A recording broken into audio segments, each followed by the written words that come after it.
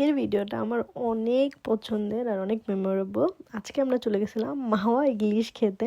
আমার বাড়ি দোয়ার পদ্মার পাড়ে, আর আমরা ইলিশ না খেলে চলে। তো চলুন আজকে আপনাদেরকে পুরো জার্নিটা দেখাবো আমাদের মাওয়া যাওয়ার। এবার বলি যাওয়া হলো কিভাবে। যেহেতু আমরা খুব অল্প সময়ের জন্য দেশে এসেছি, তো আমাদের ওইরকম ঘুরতে যাওয়ার সময়ই হয় না। আর ওই দিন লাকি ছিল, কারণ আমরা নানু বাসায় গেছিলাম দাওয়াতে। ওইখান থেকে মাওয়া 30 to 40 মিনিটস, সো আমাদের জন্য অনেক ইজিয়ার অপশান ছিল। আমরাও খুব ভোরে রওনা দিয়ে দিয়েছিলাম ঢাকা থেকে। যাইতে যেতে একটু লেট হয়ে গেছে, তো একটু টায়ার্ড ছিলাম। বাট এবার না, নানু বাড়ি আর আগের মতন মজা লাগে নাই, খালি ছিল। আমার নানা ভাই মারা গেছেন প্রায় বছর 2 হয়ে যায়। তো উনি যখন মারা যায় আমি কখনো ফিল করি নাই যে উনি আর নাই, কারণ আমার মনে হইতো উনি সবসময় প্রবাসে ছিল, যে গেলে দেখা হইব না, বিদেশ গেছে। বাট এবার যখন আমি as soon as ঢুকছি, আই ফেল্ট পুরা বাড়ি এমটি হয়ে গেছে। আমার কোন চোখের সামনে মনে হইতেছিল যে সে ভাসতেছে, সে ওই চেয়ারটাতে বসে আছে, তার বেডরুমে গেছি বলে মনে হইতেছিল এখানে খাড়ায় আছে। আমি কখনোই ওইরকমভাবে ফিল করি নাই যে উনি নাই। বাট এবার যখন গেছি আই ক্যান ফিল এভরিথিং। সবাই আমার নানার জন্য দোয়া করবেন। উনি খুবই ভালো মানুষ ছিলেন। ওনারা যেন আল্লাহ জান্নাতবাসী করে। একটা জিনিস রিয়েলাইজ হইলো যে আজকে একটা মানুষ আছে, কালকে নাই। It can happen to anyone. তো সবাই যে যার আছে সেটা সবাই অনেক বেশি ভ্যালিউ করবেন, প্রায়োরিটিস দেবেন, তাদের সাথে সময় স্পেন্ড করবেন, যাতে এন্ড মোমেন্টে এটা না মনে হয় যে তার সাথে টাইম স্পেন্ড করা হয় নাই। আমরা যখন ঢুকছি তখন এরকম মাওয়াতে বিভিন্ন দোকান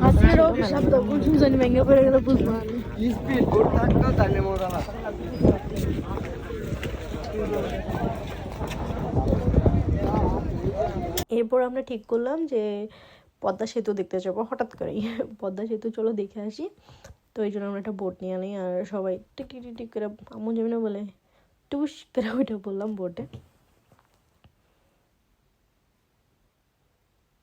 বোটে উঠে আমি একটু নেকামি করে ভিডিও নিতেছিলাম। আর ওই দিন একটু টায়ার্ড ছিলাম, তো মেকআপ টেকআপ এরকমভাবে করি নাই।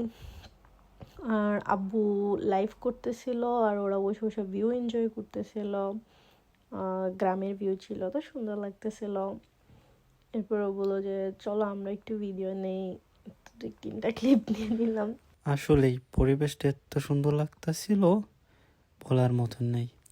এরপর আমি ডিসাইড করলাম যে আম্মুর একটু জ্বালাই, কারণ আমি বোর হইতেছিলাম। তো আম্মুরেও জ্বালাইতেছিলাম আর নানুরেও জ্বালাইতেছিলাম। আর আমার নানু এত সুইট, আমার এত আদর করে, আমি দেখলেই বলবো আমার সুইট নাতনি। আর নানু এরকম হাসতেছিল কিট করে। আর আব্বু তো আব্বুর লাইফের সাথেই ছিল। আর আমরা দেখতেছিলাম ওই যে পদ্মা সেতু, we could spot it out. আর এখন আমরা পদ্মা সেতু নিতে চাইতেছি আর বলছিলাম ও আমরা তো বিদেশে থাকি, আমাদের এক্সাইটমেন্ট ওইরকম ছিল না পদ্মা সেতু দেখার। বাট যেহেতু গেছি তো ভাবলাম দেখে আসি, জাস্ট এ ব্রিজ দেন না। তো এখানে আমরা মাঝখানে একটা বালুচর আছে, ওইখানে নামছি। ওইখানে নাইমা বললাম যে একটু ছবি তুলি। আমাদের যে বোটের লোক ছিল উনি বলছিল যে এখানে নাকি অনেক সুন্দর, বাট নর্মালি ছিল। আর না, বাংলাদেশে যেখানে যায় মানুষ বলে অনেক সুন্দর, এখানে গেলে আমার কোনোদিনই কোনো কিছু ভালো লাগে না। এরপর আব্বু খুব মনে আনন্দে ভিডিও করতেছিল, লাইভ করতেছিল। আর শব্দ শুনে বুঝতে পারবে না, এত বাতাস ছিল।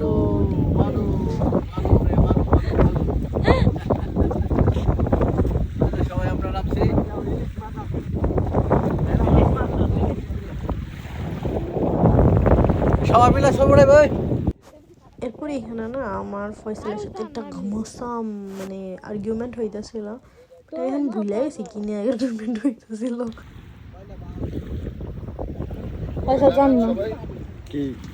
তারপর আমি একটু নায়িকা সাজলাম, বললাম যে আমার অন্য উঠবে আর আমার সুন্দর করে ভিডিও করে দিবা। বাট এন্ডে আমার ভিডিও পছন্দ হয় নাই, তো আমি চিল্লাইছি। That's me.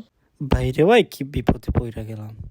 যেহেতু আমার ভিডিও ভালো হয় নাই, তো বললো চলো চলো আমরা একসাথে ভিডিও করি, তাহলে সুন্দর আসবে। and I don't know how it was kind of cute, but still yeah, I'm that showstopper.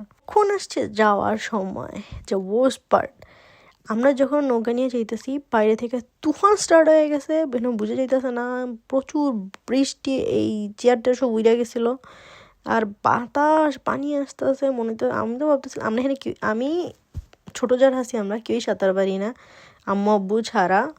তো এনে যদি পড়ে যেতাম আরও না আমাদের কি হইতো। বাট অনেক বাতাস ছিল আর নৌকা অনেক দুলতেছিল। তো একটু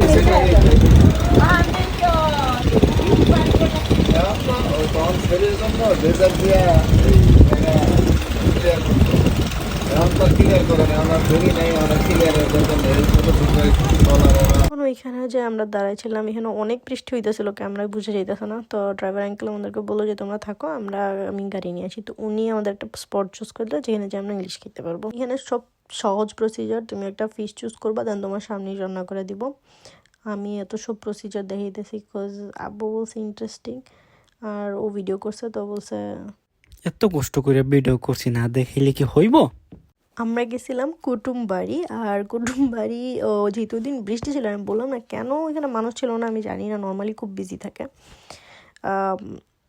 এখানে মাছ কাটতেছে, সেইখানে সুন্দর করে মাছ কেটে মশলা টশলা লাগায় ভাজার জন্য দিয়ে দিছে। আর আমি সুন্দর টিঙ্কি করে ভিতরে চলে গেছি, কারণ আমার এগুলা দেখার মধ্যে কোনো ইন্টারেস্ট নেই, খাইতে পারলে দিছে। ফয়সালারও আসছে আমার কনভিন্স করতে যে বাইরে তোমাকে ভিডিও করে দিব, চলো চলো।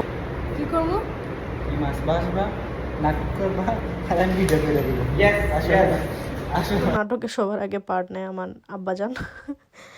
উনি অ্যাক্ট করতেছিল যে মাছ ভাজতেছে, কিন্তু যে লোকটা অ্যাকচুয়ালি মাছ ভাজছে উনি আমাদের মাছ ভেঙে ফেলছে। আমার বউরে আমি 2 মিনিটের জন্য মাছগুলা বাঁচতে দিয়েছি, ভাবতেছিলাম একটা ভিডিও করব, আর ওই মাছগুলা এমনি রেখে চলে আসলো, হতাশ। ফয়সাল বললো টিকটকার হয়ে যাবে, তো ওরা আমরা ভিডিও করে দিতেছিলাম। এরপর এটা বানানো হইতেছিল, এটা হলো ইলিশ মাছের লেজের ভর্তা। দিস ওয়াজ টু গুড, মানে আমি এত মাছ পছন্দ করি না, বাট এইটা টু গুড ছিল। মাছের থেকেও আমার লেজের ভর্তাটা বেশি মনে লাগছে সবার। So you should definitely check it out. আর আমি খাবার দেখলে ভিডিও করার কোনো কিছু না, আমরা খাইতে লেগে গেছি। যখন খাওয়া শেষ প্রায় তখন মনে পড়ছে ভিডিও করা হয় নাই, তো খালি প্লেটই। যাই হোক, এই ছিল আমাদের মাওয়া ট্রিপ। যেমনই হোক খুব সুন্দর লাগছে, ভালো লাগছে, অনেক মেমোরেবল একটা মেমোরি, অনেক মেমোরেবল একটা ডে। সবাই ট্রাই করবেন এখানে যাওয়ার, আর এখানে মাছগুলো খুব ফ্রেশ হয়। আমার তো অনেক ভালো লাগছে, আপনারা ট্রাই করবেন আর জানাবেন কিন্তু পদ্মা সেতু কেমন লাগলো। Bye bye, see you next time.